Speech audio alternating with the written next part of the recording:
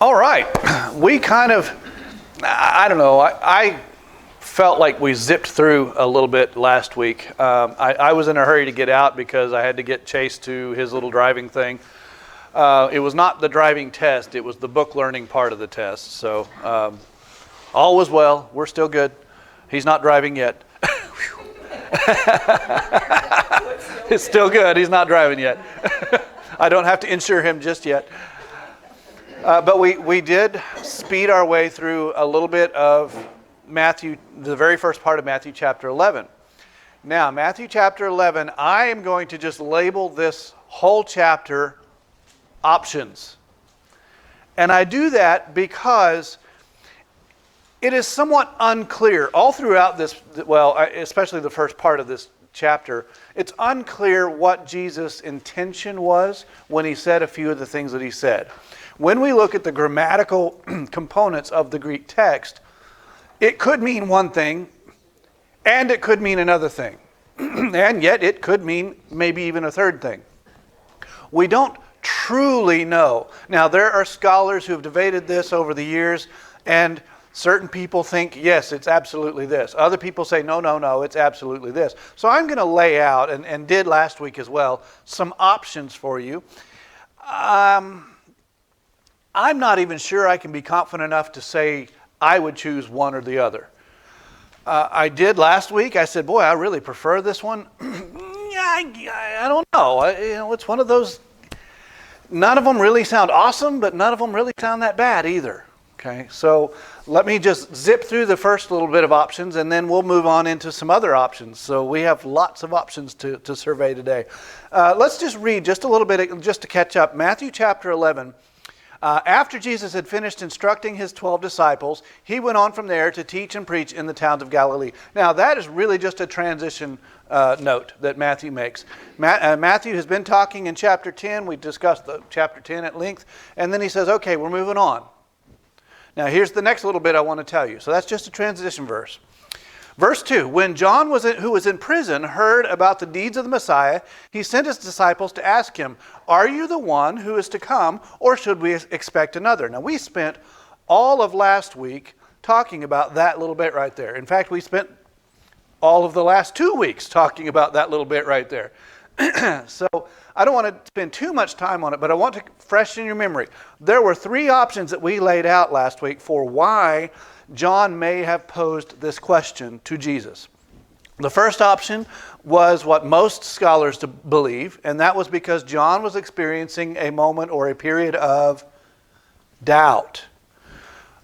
He needed verification. He needed validation of who Jesus had claimed he was, or who John even believed Jesus was. And then we talked about how even the best of Christians, or the best of God followers throughout history, even into the Old Testament, have had episodes of depression and episodes of doubt.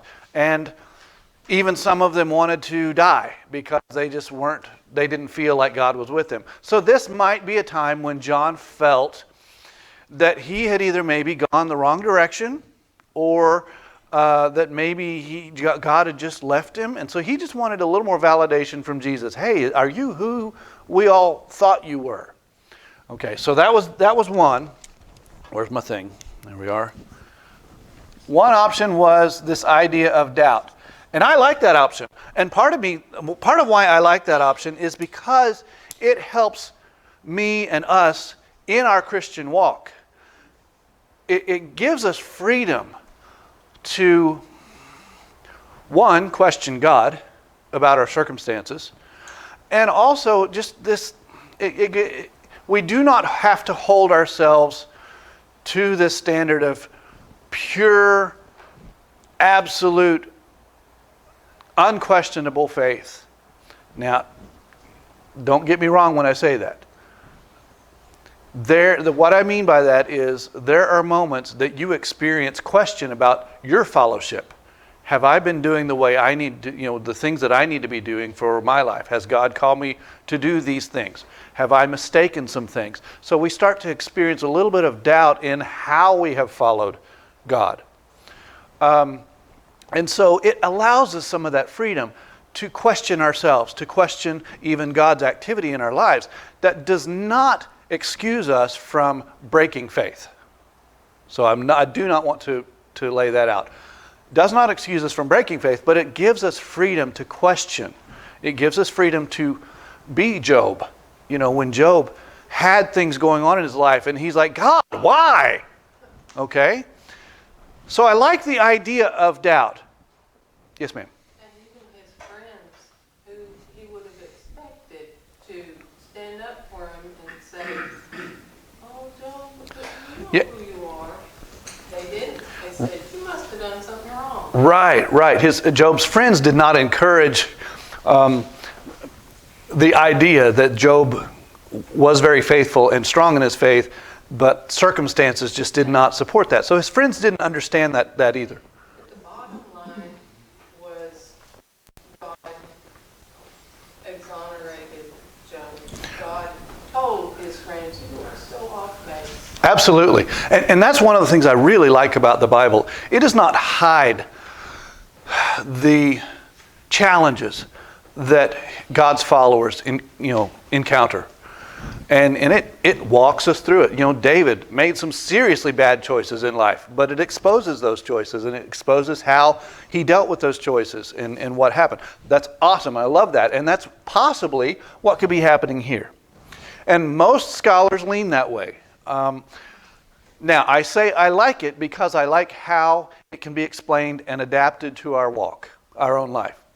I don't know that I like it as far as, do I really believe Jesus was going there or that John was going there? Was it the truth that John was actually doubting? I don't know, and I don't know that I buy it. It's an interesting way to think through it, and I like the way to think through it. But John had a strong hold on who Jesus was all the way from his birth, remember? And then he was, if we want to call it, recommitted to that firm foundation, that firm faith that he had at Jesus' baptism.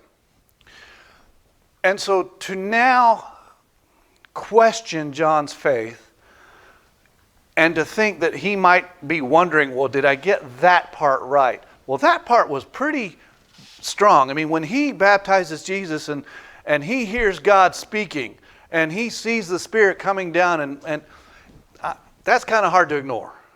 So I don't know necessarily that I can go there, but that's one option. The other option, one of the other options, and I like this option because it gives us the freedom to think that John did not doubt, that he was strong in his faith. This option is that he was basically confirming Jesus to his disciples, to John's disciples. Remember, John's purpose, John's ministry, was to point to Jesus, to show who Jesus was. That says, hey, this is the Messiah, his kingship, his kingdom is right around the corner.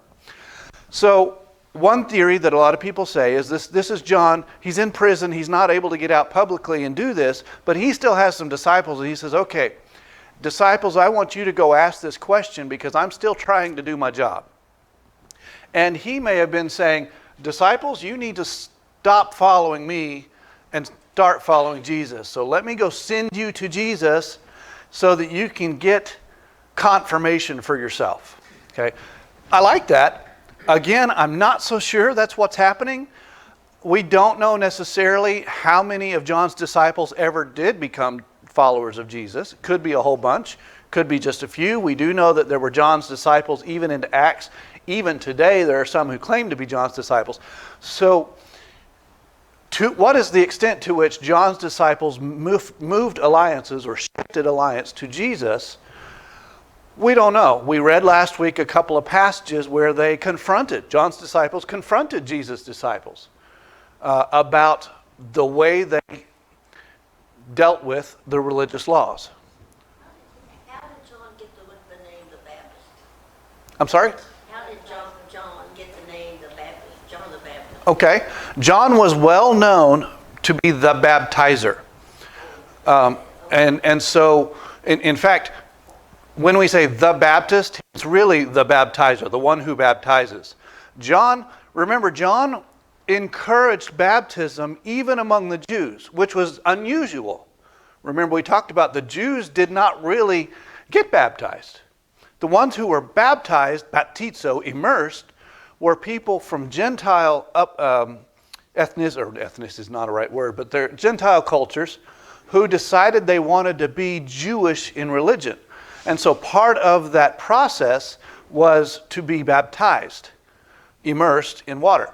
And so that's the way they came to it thinking. But here John is saying, you Jews need to be baptized. And here's the purpose for that baptism. And so he got the name John the Baptizer because of what he promoted and what he did, the act of his work. Okay? So he might have been confirming Jesus to his own disciples. A third one, and this is the one that kind of caused people to go, huh, last week.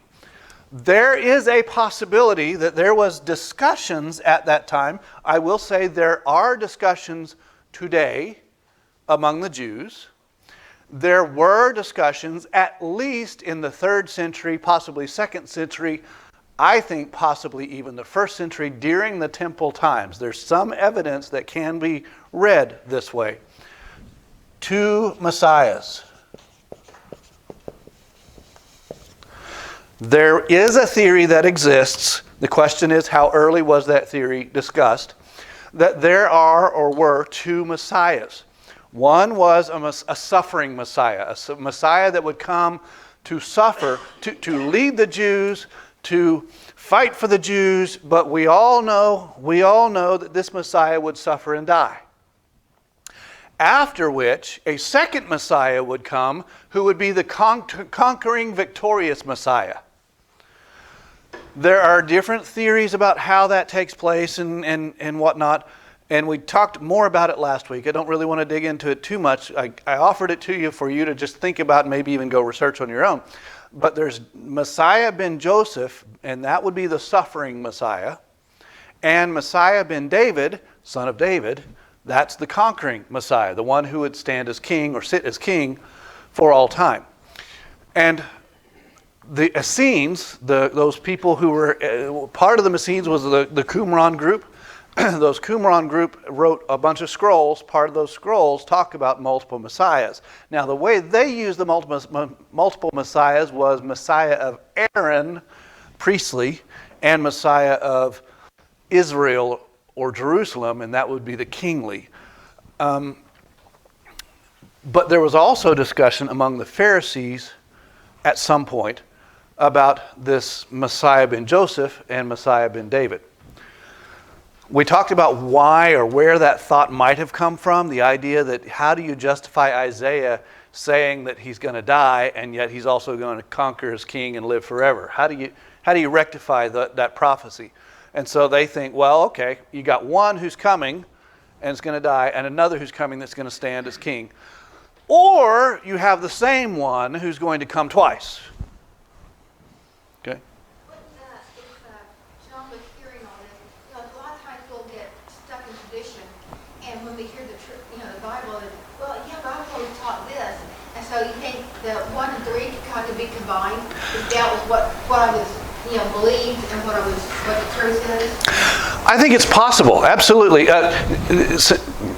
We get stuck in it, to kind of rephrase, we get stuck in some tradition, some idea of who we think Messiah might be, or whatever we think religious behavior might be. And so John could be encountering 2 options at one time. He thought he understood Messiah, now he's not so sure, because he also understands that this conversation may be happening. And so who is this? How does Jesus play into this idea? It's a very possible idea. Absolutely. Yes, sir. Not to muddy the water, but I was reading in the Irish Study Bible. Mm-hmm. We talked about that last Sunday. Yeah. And they offer a 4th option. Oh, what is it? What is it? John was wondering why Christ hadn't gotten him out of jail. Yes, and that ties into, I think, number 1, very well, possibly number 3 as well. The 4th option, John is just wondering why, what Jesus is supposed to, let the captives free. Isaiah says, this is my agent who's going to free the captives. And John is there in prison for 2 years going, Hello? I'm not free. Nothing like free here. What's going on? And so John wanted to kind of remind Jesus that, hey, I'm still here. So yes, absolutely. That's kind of where you were going with the combination of, here I am. I'm confused out of what this Messiah was supposed to be doing in the first place. And we're absolutely, he'd heard these things in the first place. Then he sent his disciples, and he's going to hear again what he can do and what he's doing for everyone else. What about me? Right?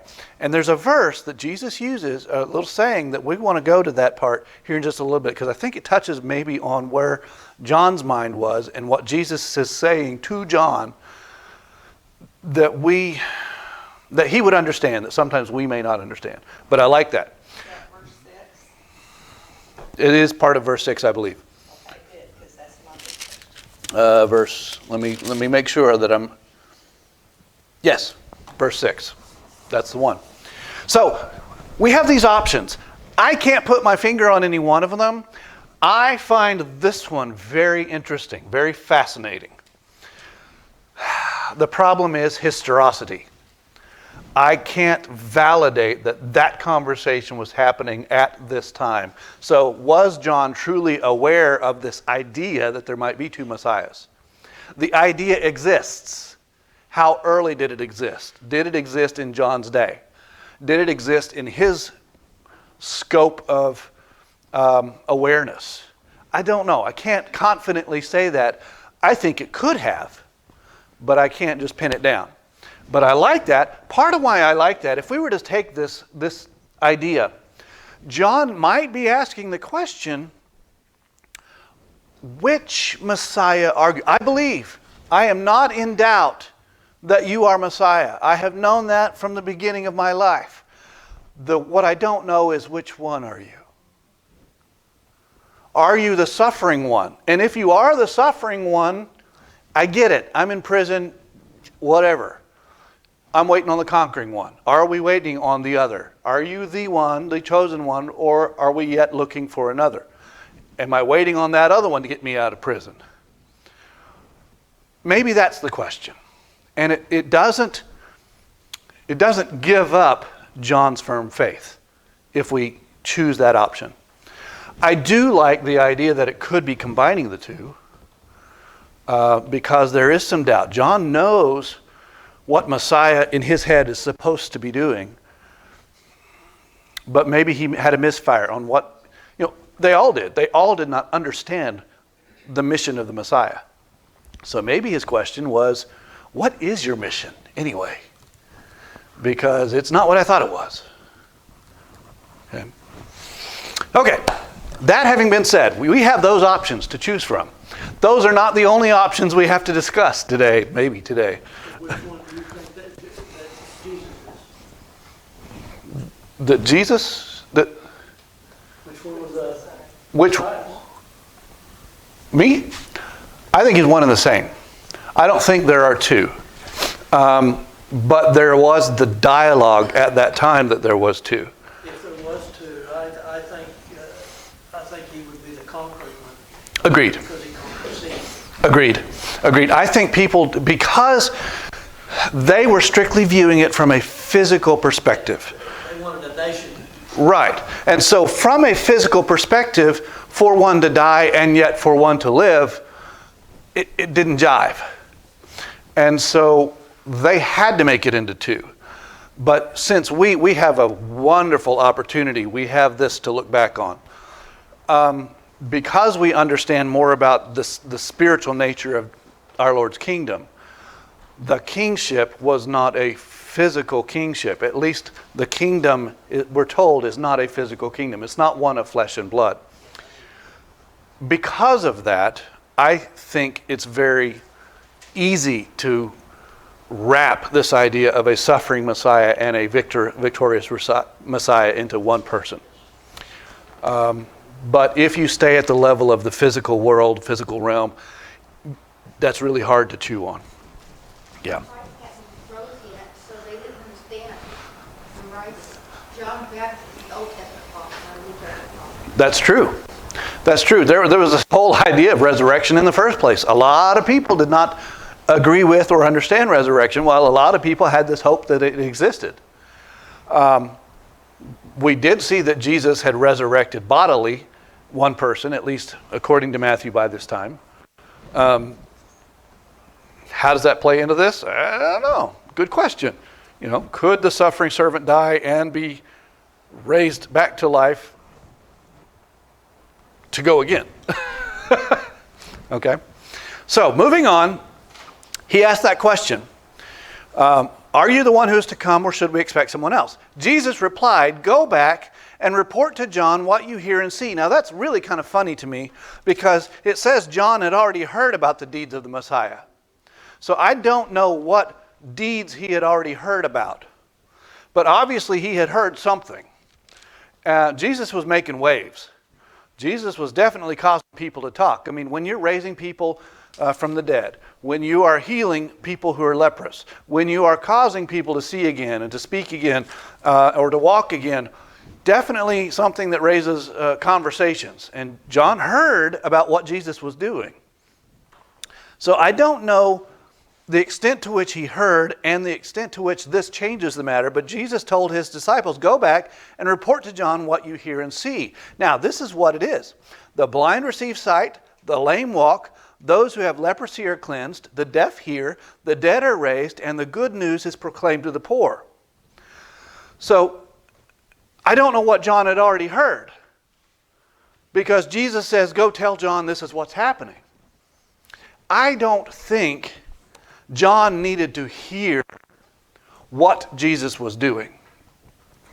I think he already knew that.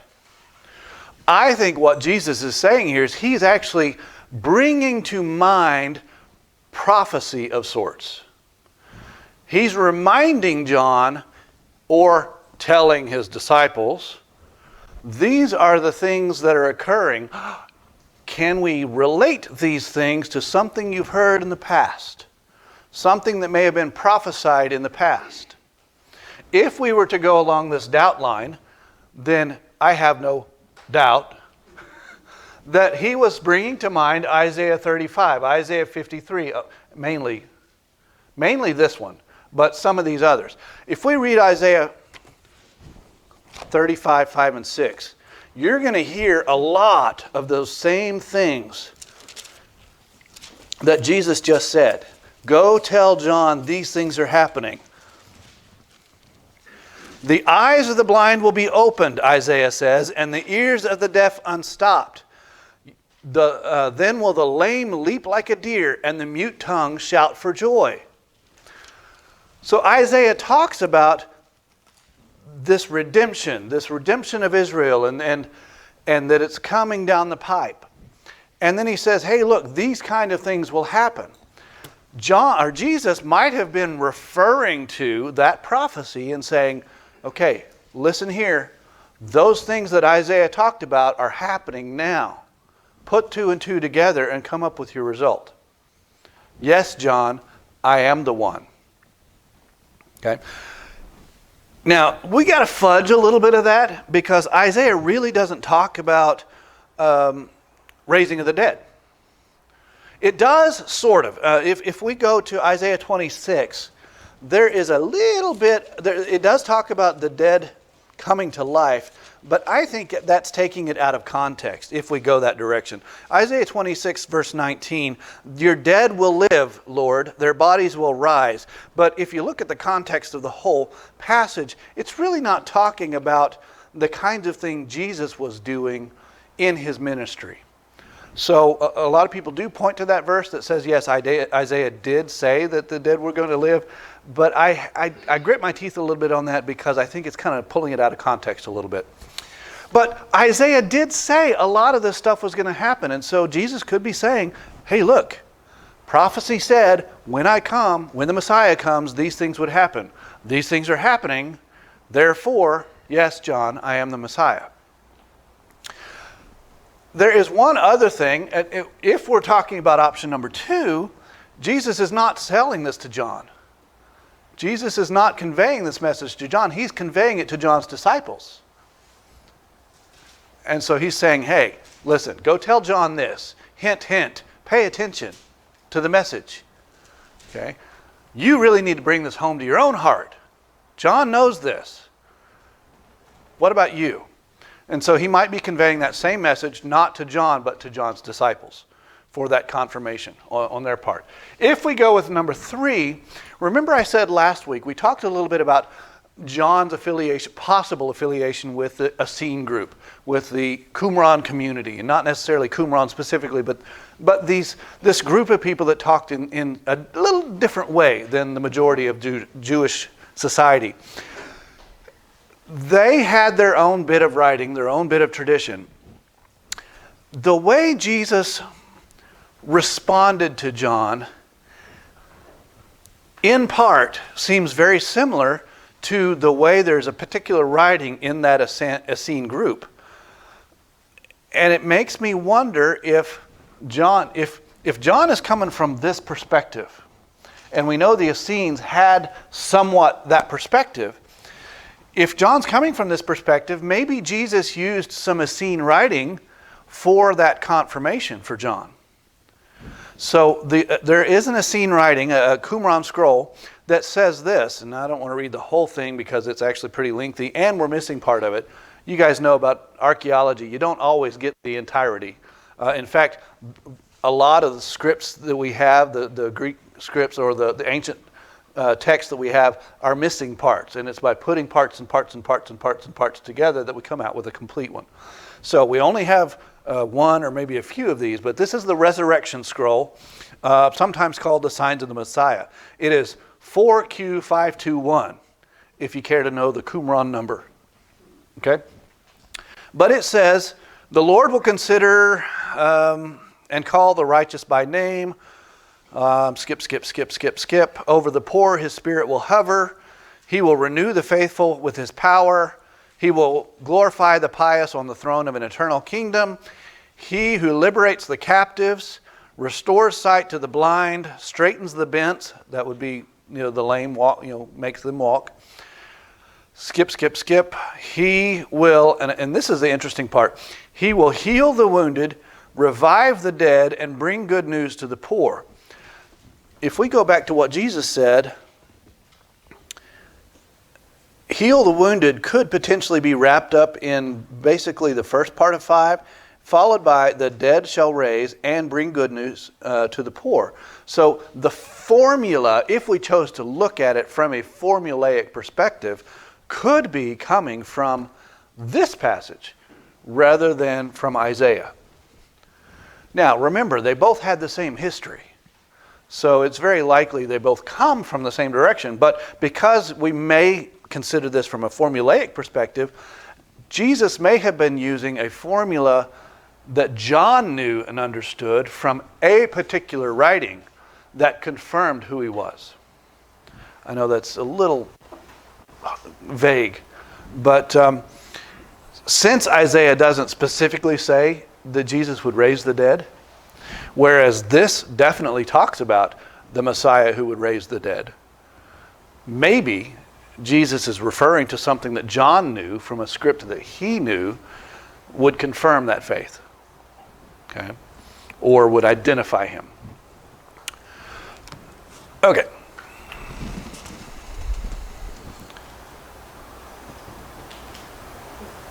Got that. Hey, we're moving along. We've already covered 3 pages. We're zipping right through it. For me, that's really good. So, moving on. Verse 6. Oh, I covered it up. Maybe we haven't covered all of 3 pages. Nope. Still have that much. Verse 6, and I know you're particularly interested in this. Verse 6. So Jesus says, hey, look, these things are occurring. Go tell John these things are occurring.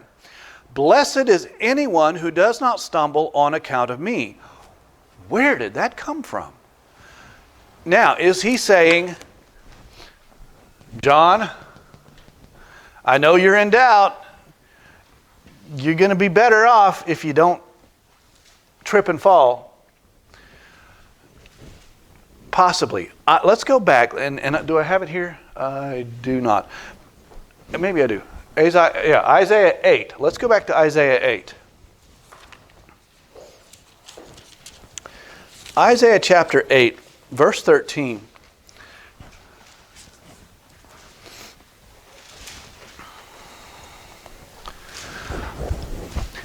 In this passage, God is going to claim to be a stumbling stone. God himself is going to claim to be the stone that trips people up. Okay? Verse 13, Isaiah 8. The Lord Almighty is the one you are to regard as holy. He is the one you are to fear. He is the one you are to dread. He will be a holy place for both Israel and Judah. He will be a stone that causes people to stumble, and a rock that makes them fall. And for the people of Jerusalem, he will be a trap and a snare. Many of them will stumble, and they will fall and be broken. They will be snared and captured. He is talking about this idea that people will not understand what God's mission is, what Jesus as Messiah's purpose is. We bring to the table our own perspective. And sometimes we lock into our perspective so mightily that we refuse to see it any other way. And if the truth of the matter is truly another way, then that truth causes us to trip. Not because it's truly its intent is to cause people to trip, but because we trip over it, basically. It's in our way. We don't see it the way it purports to be or is supposed to be, and we trip over it.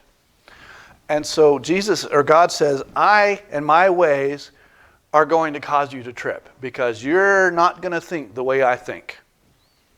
Okay? Look at verse 17. Just a couple verses down. I will wait for the Lord who is hiding his face from the descendants of Jacob. I will put my trust in him. If Jesus is using this verse, when he says, blessed is the one who does not stumble on account of me, remember, this is an oral society. They don't have to go, oh, he said stumble. Do I need to get my lexicon out and figure out what verse stumble might exist, where this might be in the Old Testament? They knew this Old Testament left and right, front and back.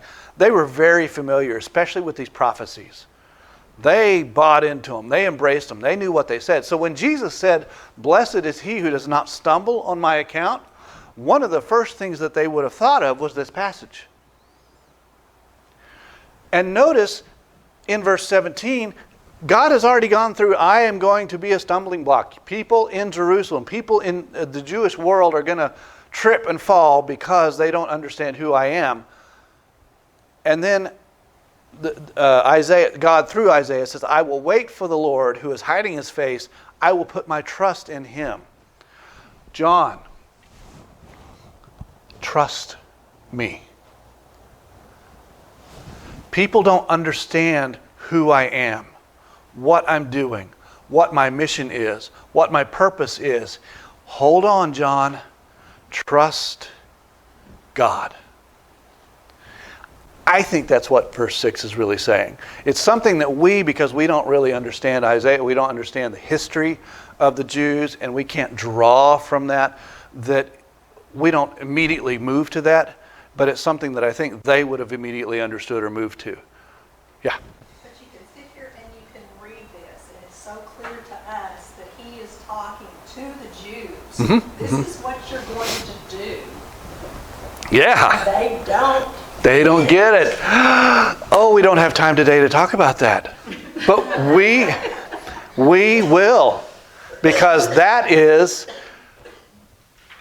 I would say, at least half of this chapter. What you just said. You see that? She can wrap up half a chapter in like a sentence like that. And I take 4 weeks. Clay's like, yes, you do. But absolutely, I think that's where he's going. That's actually where he's going. John, people are not understanding, whether it's this or whether it's this or whether it's this and it's John's people. They're not understanding what Jesus is up to. They're being hard-headed. We do have hard-headed nowadays. And so Jesus is saying, just that one little snippet, hang in there, John. And you know what? He's probably giving confidence to John because John is not going to get out of prison. John's going to be beheaded. Bummer. You know, but Jesus is saying, hey, remember, it's not of this world. You don't have to physically get out of prison to win the game. Trust in me. So I think that's really where Jesus is going with what he said there. Okay? Now, I think he said that, you know, he just said, hey, look at everything that's going on. All these miracles, all these fabulous wonders that are going on. Now, if you were to see all those fabulous wonders going on, how would you react? Would they wake you up? We would like to think that they would. However, we may be just like them, and just like Lita said, they saw all this stuff, but it didn't even move them. Being a witness to the event does not necessitate faith. It does not, witnessing something does not force faith on you. You've got to do something. You've got to engage your mind and your heart. Do something with what you saw. Do something with what you experienced to have that faith. A lot of the people in those days saw the miracles, and yet they did not have the faith. It did not build for them that relationship that Jesus was hoping for, or that God wanted. And we're going to talk a lot about that next week. But it's very important that just seeing these things done did not absolutely create faith. You had to do something with it. And that's why I think there's a tagline that Jesus said, hang in there, John. Okay? Blessed, remember that word blessed. Fortunate. How fortunate is the one. The Beatitudes, we talked about that word way back then. How fortunate is the one who does not stumble on account of my ways, the true ways that you're supposed to live. He had to add that because just seeing the miracles did not promote faith. You had to do something with it. You had to engage with it. And in John's case, he had to just trust. Okay? So I think that's why that's there. I'll say, too, if they knew their Old Testament prophecy, knew Isaiah, like your Isaiah 53:4. Yes. If they read that, they understood that, the very next verses talks about Jesus dying for our iniquities. Yes. All of our sins are on him. He's going to die. Which, I'm sure they didn't know at that time how to interpret that, but once it happened, yes. then wow, Yes. that should have, the little light bulb should have gone on. Absolutely. But remember, that may be why this exists. Because if you read other places, let's see if I've got it written down. I think, other notes, two Messiahs.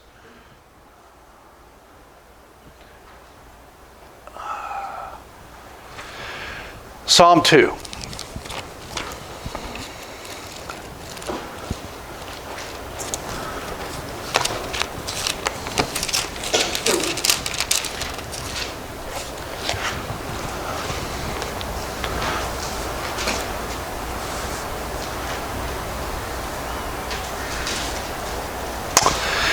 And I won't read all of it, but basically,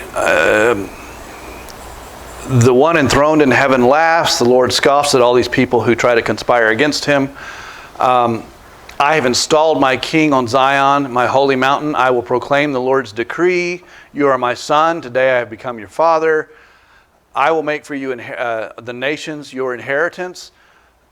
All of the earth is your possession. He's lifting.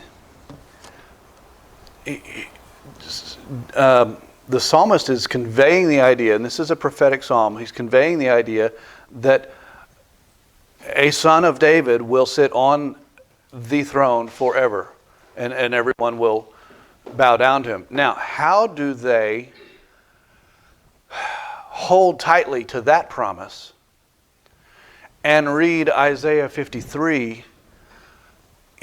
They're sitting here going, I don't necessarily understand the connection between this. God promised this and God promised this.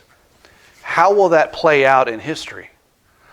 And so one of the ways that they have done that, is to say, well, there must be two separate beings, two separate deliverers.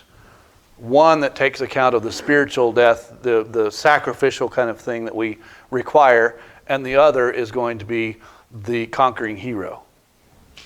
There are other places, Isaiah 9, Zechariah 14 is really big about the conquering hero and establishing the throne forever. And so how do they mix and match that? They can read one and they could think they understand it, but then they get to this other passage and go, oh, that doesn't jive with this. How do those puzzle pieces even fit together? And so that caused a lot of conversation, which I think makes, to me, this option a more viable option. Again, I can't confidently put my foot on it, but it makes it a viable option. But it is surprising. It's easier for us having all of this history and what to look at, but they had that history. And one wonders, why were they so hard-headed about this? What pieces don't they see? What about the Jews today? They got what we got. We are going to talk about that next week. Or the next. Or the next. No, probably next week. Here's the thing. We do it ourselves. And I am not wanting to start a political debate. But if you were to sit in Congress today, you would get the same thing. People who know better. People who could look at reality. People who have the opportunity to do the research and to get the data. Do they follow it? Do they pay attention to it? Or do they stand up and they say what they want to say, believe what they want to believe? We do that today. So, yes, I blame them. They shouldn't do that. But I have to be careful more of myself that I don't do the same thing. So essentially, that's what we're going to talk about next week, because Jesus is going to say that. That's exactly what Jesus is going to say about the people of his day. But this is not just a problem that existed then. This is a problem that exists across all time. And warns us about that. Yes. Warns us that Satan is a liar. Absolutely. And if we're not careful, we're going to believe the lie, assuming it's the truth, when it's not. That's and right. It will affect our lives. Yes. You know, there's a story, and I don't know where this happened or even if it's true, but there's a story of a couple who were teaching the kids' class. And they were teaching about Satan. And they had the little puppets. And they made Satan look as beautiful and as pretty a puppet as you could possibly make. And parents hated that. They wanted Satan to look terrible so that their kid would not like it and not chase it. But that's not reality. Satan is pretty. Blah, blah, blah. He's pretty. He's icing on the cake. He's the chocolate syrup on the ice cream. Enticing. And we got to be careful because we can get locked into that too. That's the danger. So we'll talk about that next week. It's juicy stuff. Now, we didn't get to the second bit of options, so we'll talk about the other options next week. All three of these options lead the same direction. It's just how you choose to read them. Okay? But we'll talk about their nuances in the same way that all three of these options honestly lead the same direction. They still say who Jesus is. Okay? They're pointing to who Jesus is. And the other thing is talking about his kingdom and what's going on in His kingdom or with His kingdom. So we'll talk about those options next week as well. We almost got out on time. Almost. Let me pray and we'll be dismissed. Father, thank you so much for this day, for your word, and Father, for the love of your word. It's so engaging. Thank you, Father, for giving us a heart that loves to open your word and your will, and to seek out your Spirit and what it means to us, what it means to the people who heard it originally, and to convey that into our own lives and to understand how it applies to us so that we can embrace your Spirit as well as we walk in the world around us. Father, we pray that you shine your light through us, that other people would see you working in us and glorify you. Help us to always live for you and love for you, Father. Thank you so much for this day and for your Son. It's in Him we pray. Amen.